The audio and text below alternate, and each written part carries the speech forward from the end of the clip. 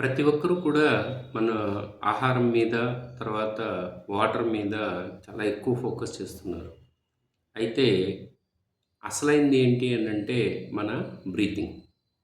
ఈ బ్రీతింగ్ అనేది సరిగ్గా లేకపోవడము, రెండోది శరీరానికి కావాల్సినంత తీసుకోకపోవడం అనేది ఇప్పుడు ఉన్న పరిస్థితుల్లో చాలా ఎక్కువ జరుగుతుంది. ఈ గాలి అనేది మన శరీరానికి సరిపడా తీసుకోకపోవడం వల్ల చాలా నష్టాలు జరుగుతున్నాయి. ఇది సింపుల్ సైన్స్‌లో కూడా మనము తెలుసుకోవచ్చు. దీనికి ముఖ్యమైనది ఏంటి అనంటే, మన గ్లూకోజ్ ఏదైతే ఉందో, అది మన శరీరానికి తీసుకుంటున్నప్పుడు, ఆ శరీరంలోకి వెళ్ళిన గ్లూకోజ్ ఏదైతే ఉందో, అది కంప్లీట్‌గా బర్న్ అవ్వడానికి అంటే అది డైజెషన్ అయిపోవడానికి మనకి ఆక్సిజన్ చాలా అవసరం. అయితే మనం తీసుకుంటున్న బ్రీతింగ్ ఏదైతే ఉందో ఇప్పుడు అది సరిపడినంత తీసుకోవడం లేదు.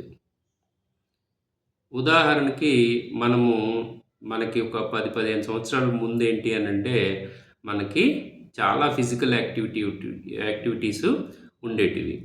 ఆ ఫిజికల్ యాక్టివిటీస్ వల్ల మనము సెపరేట్‌గా బ్రీతింగ్ అనేది తీసుకోవాల్సిన అవసరం ఉండేది కాదు.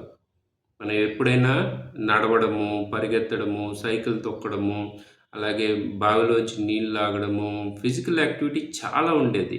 ఆ ఫిజికల్ యాక్టివిటీలో ఏమయ్యేదేంటంటే మన లంగ్ కెపాసిటీ ఊపిరితిత్తులు చాలా గట్టిగా అంటే బలంగా ఉండేటివవి. కావాల్సినంత ఆక్సిజన్ అనేది బ్రీతింగ్ అనేది జరిగేదనమాట. ఆ జరగడం వల్ల మనకి సెపరేట్‌గా మనమేమి చేయాల్సిన పని ఉండేది కాదు. అయితే ఇప్పుడున్న మన లైఫ్ స్టైల్‌లో ఏమవుతుంది అనంటే, మనం ఎక్కువగా కూర్చొనే ఉండడం వల్ల, లేదా పడుకొని ఉండడం వల్ల మనకి ఏదో బండి మీద తిరుగుతున్నాం. వీటి వల్ల ఏమవుతుంది, మనకు కావలసినంత ఆక్సిజన్ అనేది శరీరానికి అందడం లేదు.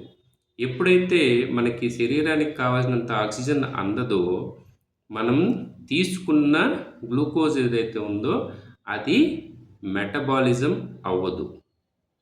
అది ఫర్మెంటేషన్ అవుతది. అంటే పులిసిపోతదనమాట. ఈ పులిసిపోవడం వల్ల ఏమవుతుంది అనంటే మన బాడీలో alcohol, ఇథనాలు, lactic acid, uric acid ఇలా మన శరీరానికి అవసరం లేని పదార్థాలు తయారవుతాయి. అలాగే ఈ ఫర్మెంటేషన్ వల్ల, పులిసిపోవడం వల్ల ఒక గ్లూకోజ్ మాలిక్యూల్ నుంచి మనకి 2 యూనిట్ల ఎనర్జీ అనేది రిలీజ్ అవుతుంది. అయితే మనం గాలి గాన సరిగ్గా తీసుకోగలిగితే అదే గ్లూకోజ్ మాలిక్యూలు కంప్లీట్‌గా మెటబాలిజం అయిపోయేసి అంటే కంప్లీట్‌గా అది డైజెషన్ అయిపోయేసి మన భాషలో మాట్లాడుకుందాం. డైజెషన్ అయిపోయేసి మనకి 36 యూనిట్స్ ఆఫ్ ఎనర్జీని రిలీజ్ చేస్తుంది. చూడండి ఎంత తేడానో. గ్లూకోజు ఆక్సిజన్ అందించకపోతే only 2 units of energy release అవుతుంది. అదే మీరు గాన ఆక్సిజన్‌ని ప్రాపర్‌గా అందించగలిగితే 36 యూనిట్స్ ఆఫ్ ఎనర్జీ ఒక గ్లూకోజ్ మాలిక్యూల్ నుంచి రిలీజ్ అవుతుంది. అందుకనే చూడండి ఇప్పుడు మనోళ్ళందరూ కూడా టిఫిన్ ఎంత తీసుకున్నా, భోజనం ఎంత తీసుకున్నా, రాత్రి భోజనం కూడా సరిగ్గా తీసుకున్నా గానీ, ఇంకా మాకు నీరసంగా ఉందండి, నీరసంగా ఉందండి అని అంటారు. యాక్చువల్‌గా అది నీరసం కాదది. బద్ధకం, లేజీనెస్, బడలిక. ఎందుకు అనంటే అది పులిసిపోతుంది. మనం తిన్న ఆహారం అనేది కంప్లీట్‌గా పులిసిపోతుంది. కావాల్సినంత ఎనర్జీ అనేది రిలీజ్ కావడం లేదు. దానివల్లనే మనము బాగా సఫర్ అవుతున్నాం అన్నమాట. అందుకనే మనోళ్ళందరూ కూడా చూడండి బాగా వాకింగ్ చేయాలి అని చెప్పేసి చెప్తున్నారు. అయితే ఇప్పుడు మనం వాకింగ్ చేస్తున్నాం, జిమ్‌లకెళ్తున్నాం లేదా పార్క్‌కెళ్ళి నడుస్తున్నాం, ఎగురుతున్నాం, గెంతుతున్నాం కానీ మన బ్రీతింగ్ మీద మాత్రం అస్సలు ఫోకస్ చేయడం లేదు. లేదండి మేము పొద్దున్నే ఒక అరగంట, సాయంత్రం ఒక అరగంట లేదా పొద్దున ఒక గంట, సాయంత్రం ఒక గంట మేము ప్రాణాయామాలు చేస్తామండి అంటారు. అంటే ప్రాణాయామం అరగంట, గంట చేస్తే సరిపోతుందండి. బ్రీతింగ్ సంగతి ఏంటి మొత్తం రోజంతా? అదేంటండి మేము గాలి పీలుస్తున్నాం గదా రోజు అనంటే అది సరిపడనంత లేదు.